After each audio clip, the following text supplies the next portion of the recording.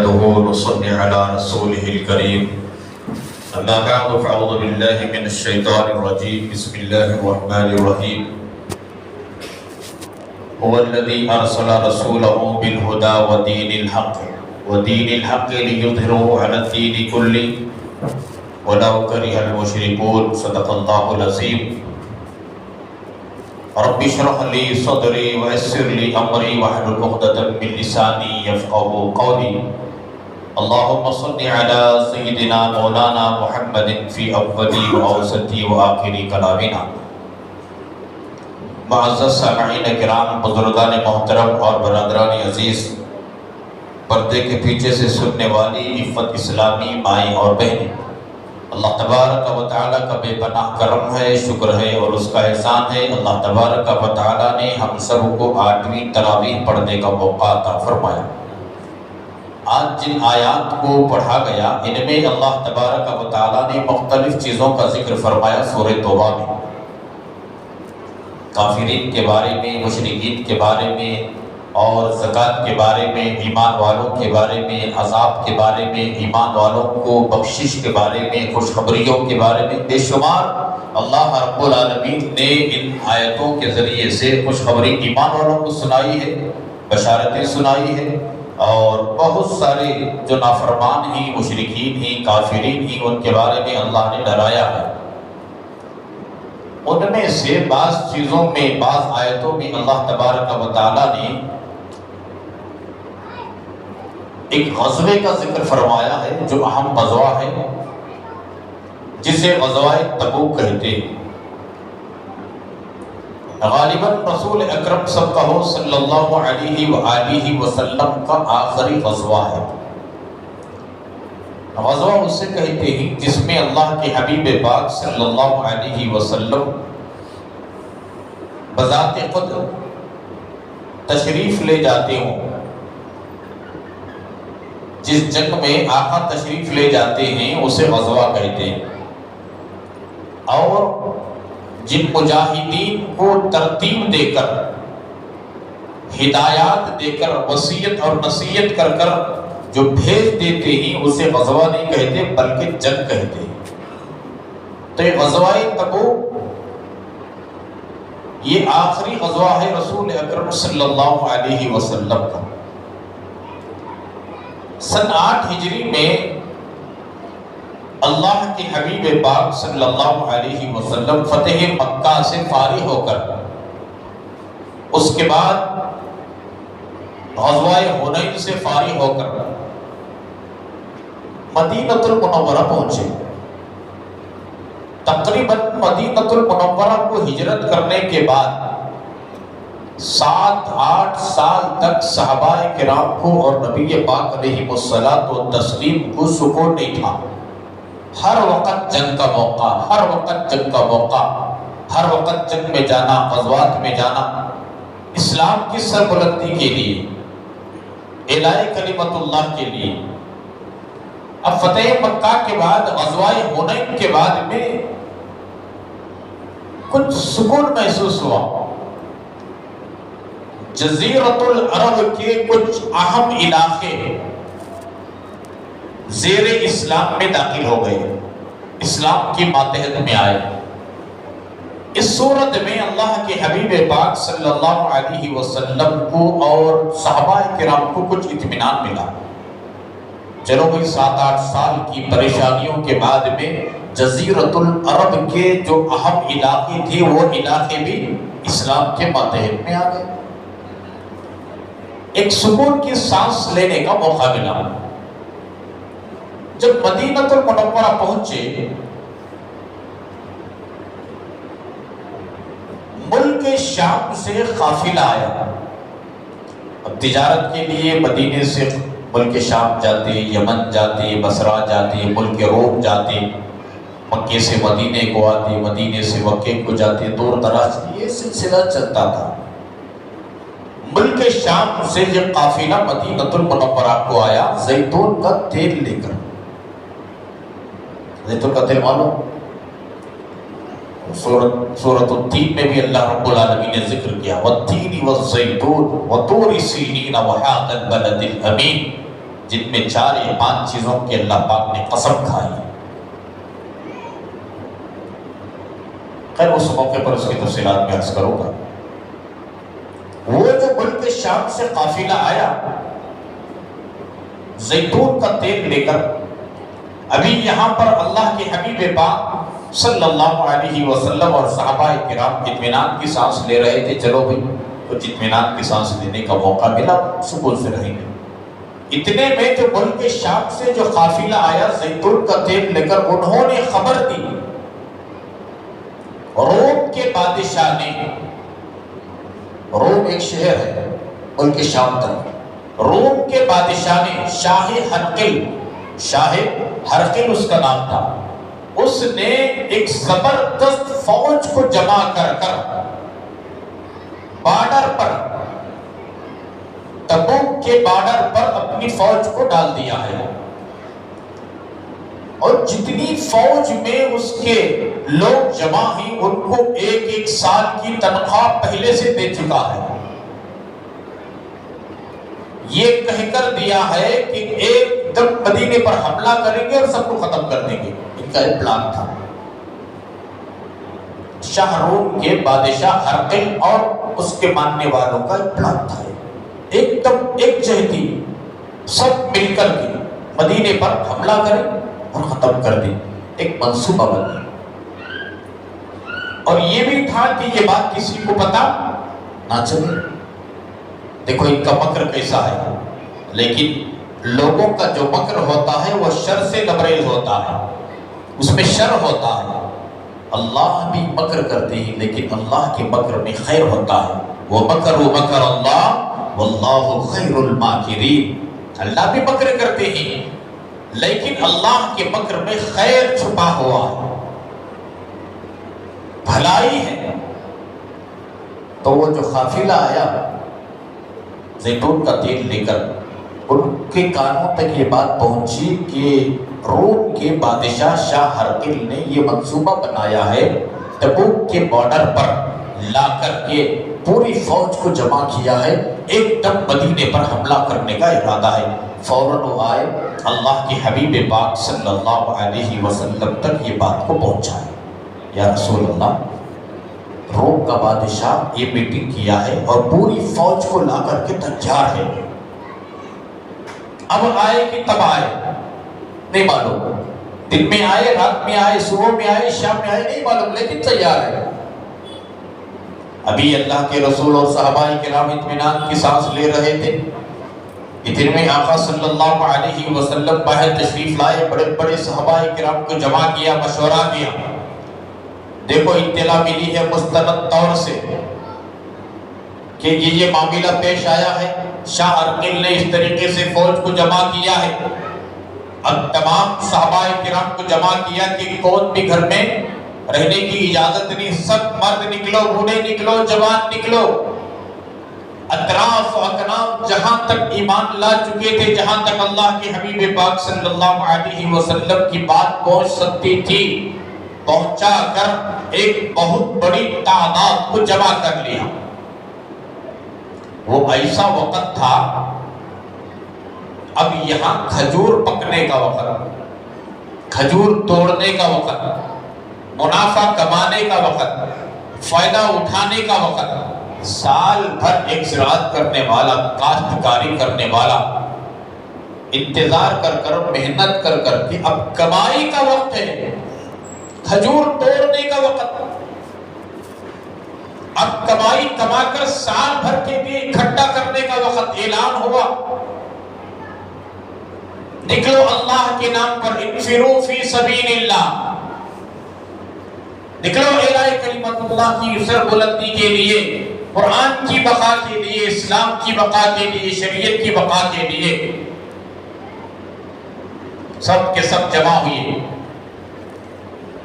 اور اللہ کے حبیب پاک صلی اللہ علیہ وسلم نے اس بات کا بھی اعلان کیا، اللہ کے نام پر کون چندہ دے گا، اکٹھا کرو، میں جنت کی ضمانت لیتا ہوں، جنت کی ذمہ داری لیتا ہوں. وہ تو صحابہ کرام آج جیسے ہم جیسے نہیں تھے.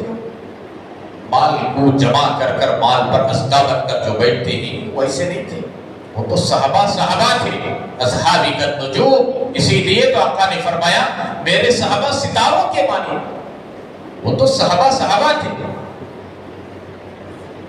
انہوں نے دوڑے، نبی کی زبان سے بشارت سنے اور پیسہ نہ نکالے، ایسا نہیں ہو سکتا۔ جان قربان نہ کرے، ایسا نہیں ہو سکتا۔ یہاں امتحان تھا تین قسم کے لوگوں کا، ایک پکے ایمان والوں کا، ایک درمیانی قسم کے مسلمانوں کا، ایک منافقین کا۔ یہ تینوں کا ذکر یہاں پر کیا گیا ہے سورہ توبہ میں۔ بہرحال وہ کیا امتحان ہوا، کون کامیاب ہوئے، کون پاس ہوئے، وہ بعد کا حصہ کبھی عرض کریں گے۔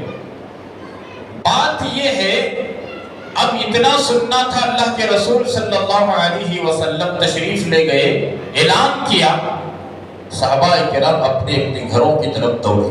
صدیق اکبر بھی گئے، فاروق اعظم بھی گئے، عثمان غنی بھی گئے، جو صحابہ کرام سب گئے۔ حضرت عمر فاروق اعظم رضی اللہ تعالیٰ عنہ نے تمام چیزوں کو گھر کے اکٹھا کیا اسی غزوے میں، غزوہ تبوک۔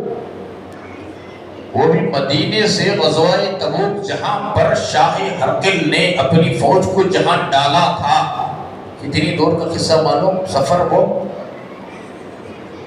مفسرین نے لکھا ہے 1200 کلومیٹر کا سفر۔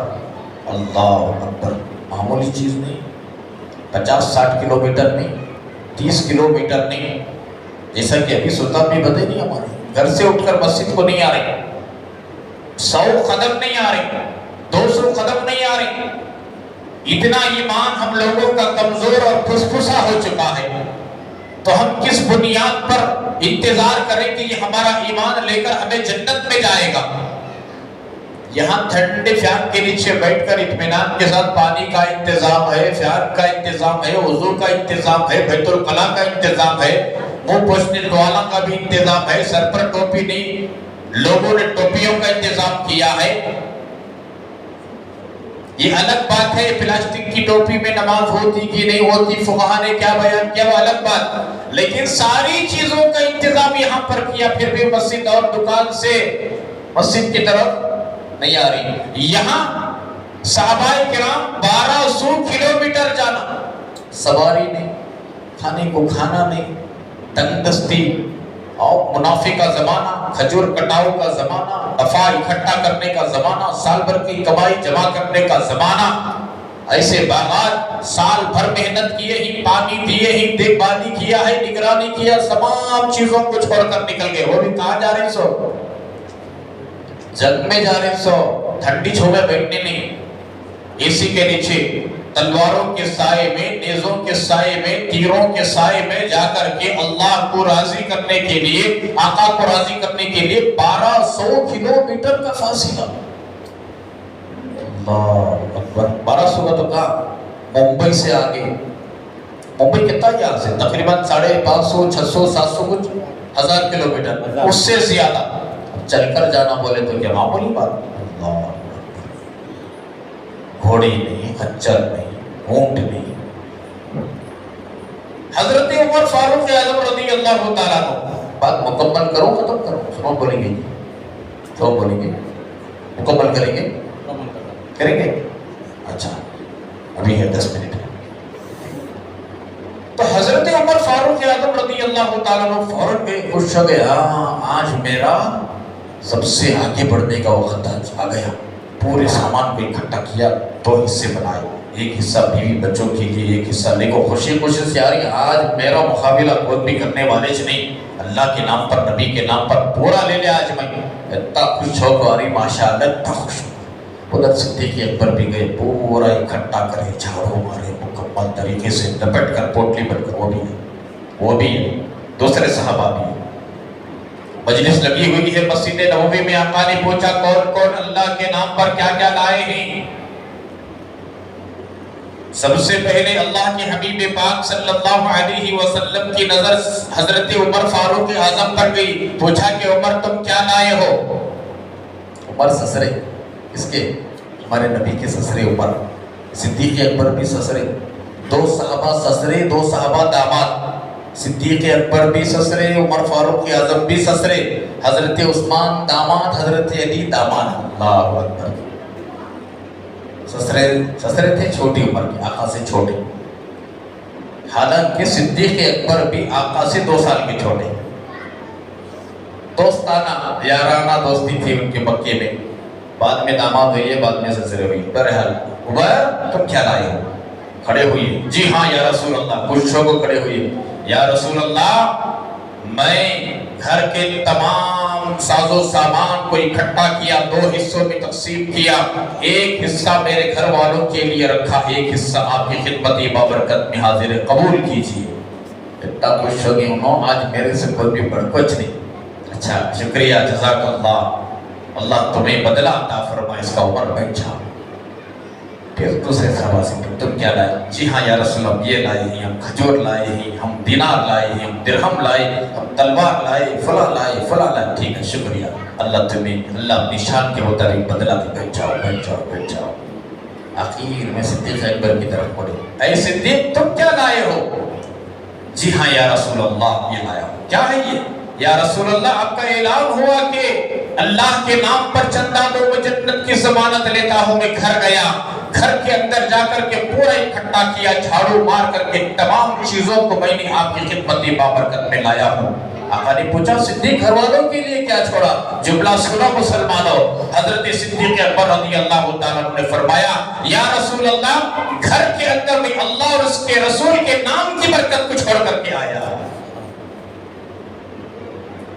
اس وقت اللہ کے حبیب پاک صلی اللہ علیہ وسلم نے سب کے برابر ان کو بھی دعا دی۔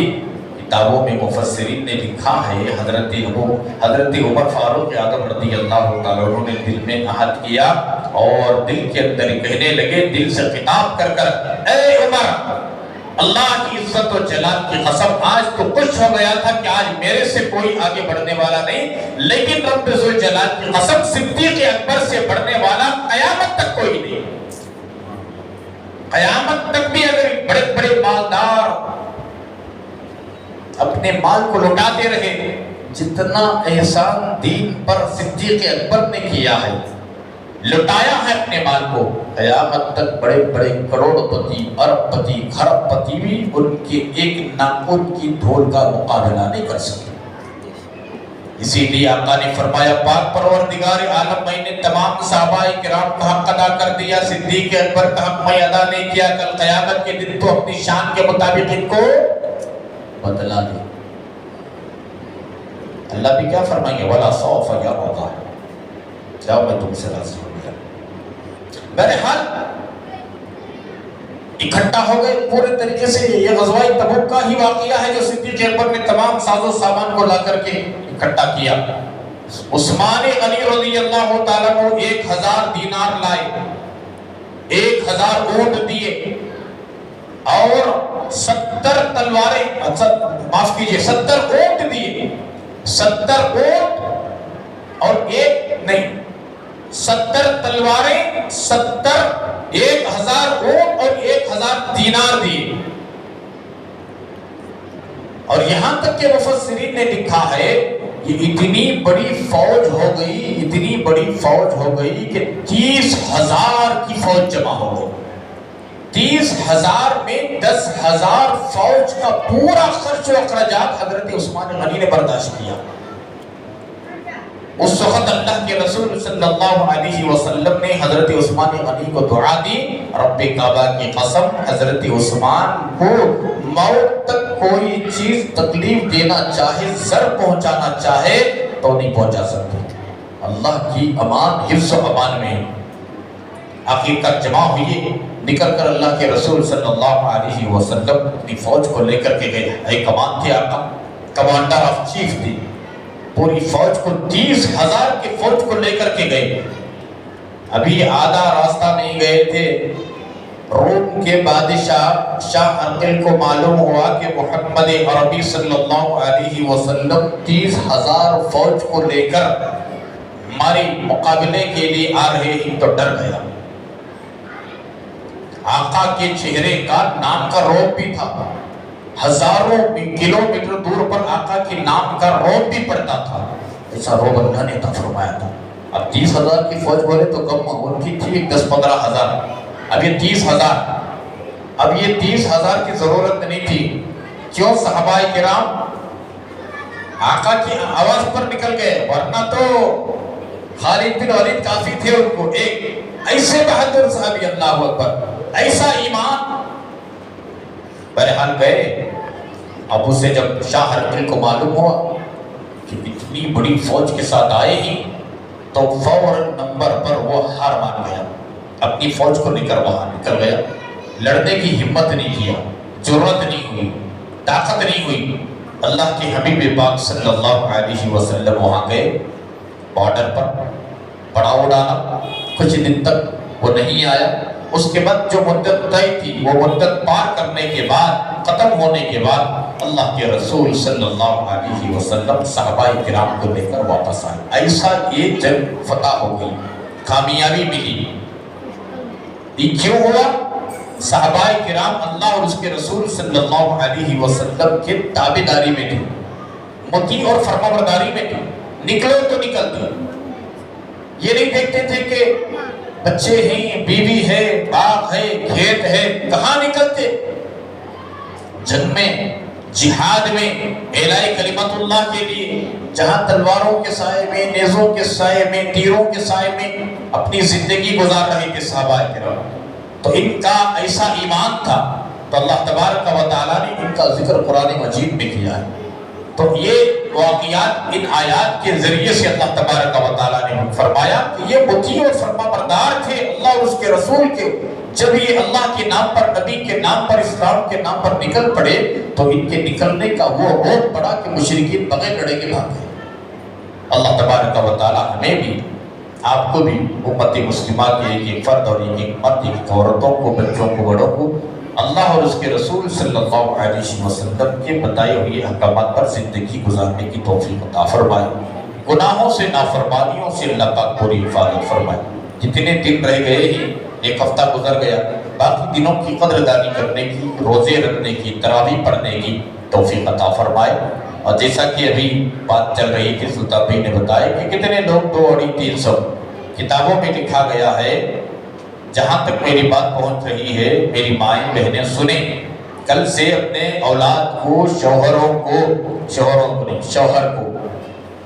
تو بات فرمائے، شوہر کو، بچوں کو، والد کو، بھائیوں کو، ان کو پکڑ کر، ٹھڈی پکڑ کر، پیر پکڑ کر تراویح کی نماز میں بھیج۔ میری اماں، کتابوں میں لکھا گیا تراویح کے ایک سجدے پر 1,500 نیکیاں ملتی۔